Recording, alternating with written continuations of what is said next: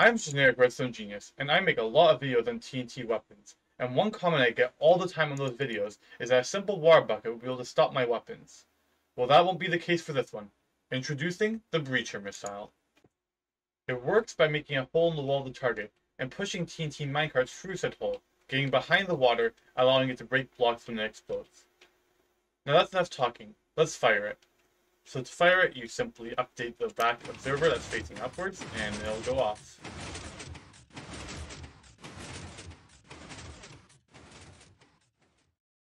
So you see that piston over there that's firing. When the missile makes contact with the wall, that piston will pull the block back from the wall. That piston down there will pull the block out of the way, and the piston off to the side over there will be able to pull the first piston, the one that pulls the block back from the wall, out of the way.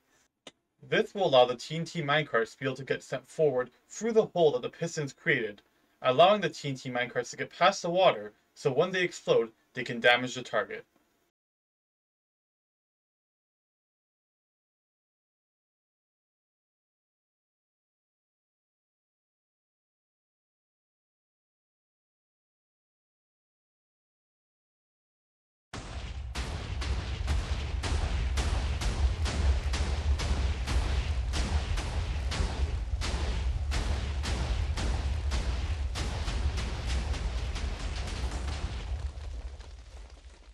So as you can see, it wreaked absolute carnage on this block, I guess.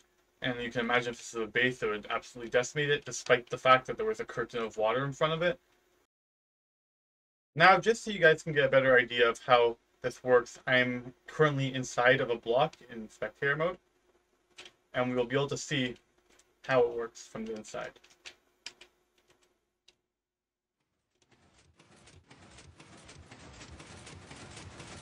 If you pull back, and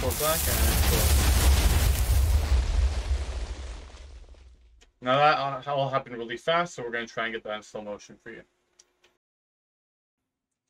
So you're going to see the missile making its way towards the target, and the first piston is going to pull the block back, and then the piston off to the side is going to pull that piston out of the way. The piston off to the bottom is going to pull the block out of the way. The first piston is going to extend again, but that doesn't matter, and then TNT minecarts are going to get fired through that hole, and it will detonate and cause destruction. And some of you might be wondering why the pistons only fire once the missile hits the target. Well, the answer is that this piston is actually constantly firing, but these two only fire once it hits the target as well as the powered rail. And the reason for that is that this observer powers that sticky piston, this observer that sticky piston, and that redstone block the powered rail.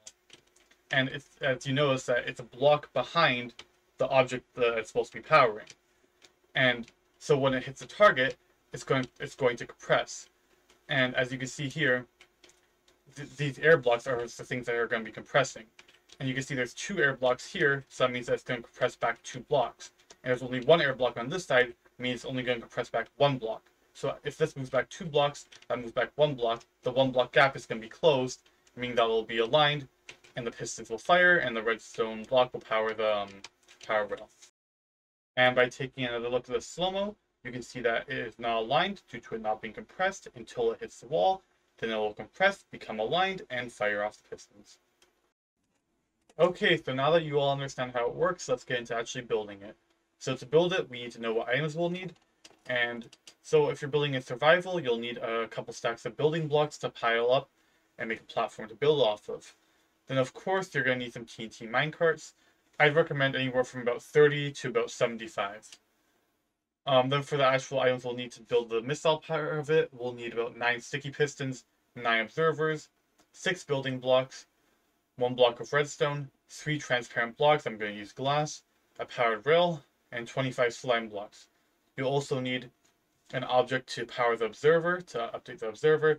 That could be a flint of steel, or it could just be basically any block. Okay, so to start building, you're going to pile up to the height you'd like. Then you're going to pick a direction to fire your missile. So I'm going to pick the direction I am facing, which is that way.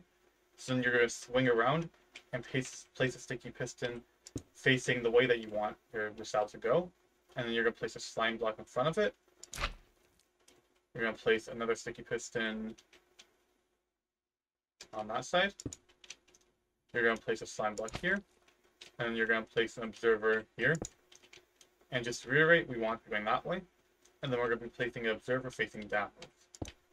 So just to unstick it, we're going to break a couple blocks down, just in case. And then we're going to place another slime block here, which will form the basic flying machine engine. And then we're going to place an observer facing left towards you, facing the direction you want the missile to go. Sticky piston, observer up facing upwards, another sticky piston. And then to continue, we're going to place a temporary block out. We're going to place a slime block, and we're going to place two above it. We can then break that temporary block. And then what we'll do is place an observer like so. A sticky piston going out of it. Then we'll place two temporary blocks going down. Break the first one. Place an observer going upwards to that block. And then we're going to place another sticky piston like so. So now we have the three sticky pistons that make up the three different parts of the missile. We'll start off with this one. We'll place a temporary block, three slime blocks, and we'll break the temporary block. We're going to be placing three glass or transparent blocks below the slime. Then we're going to place a sticky piston facing upwards. We're going to place a building block here. Our power rail, make sure it is facing that way. And then we're going to place our another sticky piston facing this way. And then we're just going to place two building blocks off to the side like this. Okay, so now for this part, we're going to place another temporary block, three slime blocks like so. Then we're going to be placing two building blocks, another building block, and these are again for the push limit reasons and to make it sure it's in line with each other. Then off to this side, or sorry, we're going to be placing an observer here, like so. Then from here, we're going to be going two blocks out, one block across, one block down, and we're going to place a sticky piston like so. And that's just going to be the one that's going to pull this one out of the way. Okay, and before we build the last part of the missile, I did make a small mistake earlier. This just goes one block higher, so place that like that. And then for the last part, we're going to be placing a temporary building block here. Then we're going to be placing 1, 2, 3, 4, 5 slime blocks. We can break that temporary block. We're going to be going a block up and a block down. And then we're going to go two blocks like so. We're going to be placing an observer here, facing into that glass block. We're then going to be placing another observer here, facing upwards. And then the redstone block will be placed right here. Well, of course, the final thing to do is to arm it and send it off at the target. So to arm it, simply get below it, so you're clicking the rail, and you can place a couple minecarts. Like I said before, about 30 to 75. You could go a bit higher than that, but then it would cause some performance issues.